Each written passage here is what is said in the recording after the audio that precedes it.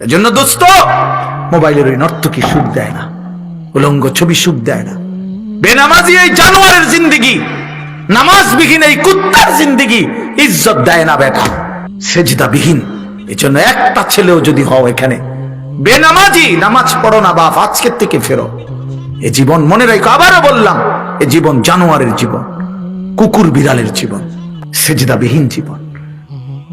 কি মনে করছো মুসলমানের ছেলে? হ্যাঁ, কি ভাবছো নিজেরে? চুলের ফ্যাশন, এটা একটা ফ্যাশন হলো? এটা কে বললো যে পৃথিবীতে একজন পুরুষের সবচেয়ে গুরুত্বপূর্ণ হলো চুলটাকে ফ্যাশনেবল করা? এটা কোথায় লিখছে?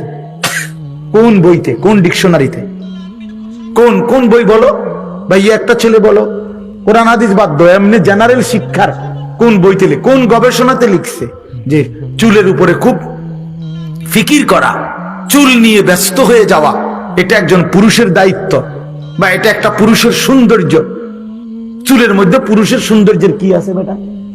নারীর না সৌন্দর্য লম্বা চুল, পুরুষের এখানে কি? উমা ফুলাফানি সারাদিন ব্যস্ত চুল নিয়া, নিজের ছবি নিজেই উঠায়, নিজেই হাসে, নিজে হাতালগি দেয়, নিজে ঠেঙালগি দেয়। তো তোমার তার সিরা মিয়া পাগল, যেই কোনো পাগল ব্যক্তি তো এরকম করে। যেখানে রাস্তার পাগল সে নিজে নিজে হাসে না, কথা বলেন না কেন? এই জন্য অধিকাংশ সেলফি তোলে যেগুলো, এগুলা মাতাল। অধিকাংশ সেলফি তোলে যারা, এগুলো তার সিরা, বাস্তব এগুলো তার সিরা। হ্যাঁ হ্যাঁ, এগুলো প্রতিবন্ধী, মূলত গুনাহদেরকে প্রতিবন্ধী বানায় ফেলছে, গুনাহদেরকে প্রতিবন্ধী বানায় ফেলছে। এরা চেনে না আল্লাহ কি, আখেরাত কি, নবী কি, রসুল কি। মনে রাখো বাপ, একদিন তোমাদের হাতে তোমাদের সন্তান টোটাল শব্দটাও ভুলে যাবে। তোমরা যারা জীবনে কোনোদিন নামাজ পড়তে পারলা না, তো তোমার সন্তান কি আব্দুল কাদের জিলানী হবে? হ্যাঁ, তোমার সন্তান হবে বাইজিদ বোস্তামি। হ্যাঁ, কি মনে করছো? তুমি সারাদিন নারীর ছবি দেখবা, উলঙ্গ দৃশ্য দেখবা, আর তোমার ছেলে হবে জুনায়েদ বাগদাদি? হ্যাঁ, কি মনে করো?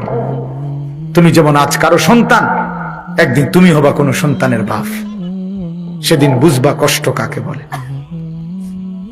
সেদিন বুঝবা। তোমার চোখের সামনে যখন তোমার সন্তান আল্লাহর নাফরমানি করবে, উচিত আমাদের ঘুরে দাঁড়ানো, অর্থাৎ পরিবর্তন করা, জিন্দেগি শুধরায় আনা সম্ভব। হায়াত থাকলে, বেঁচে থাকার সুযোগ হইলে, আল্লাহ যদি এখনো হায়াত দিয়ে থাকে ভাইয়া, আমাদের পরিবর্তন দরকার, ফিরে আসা দরকার।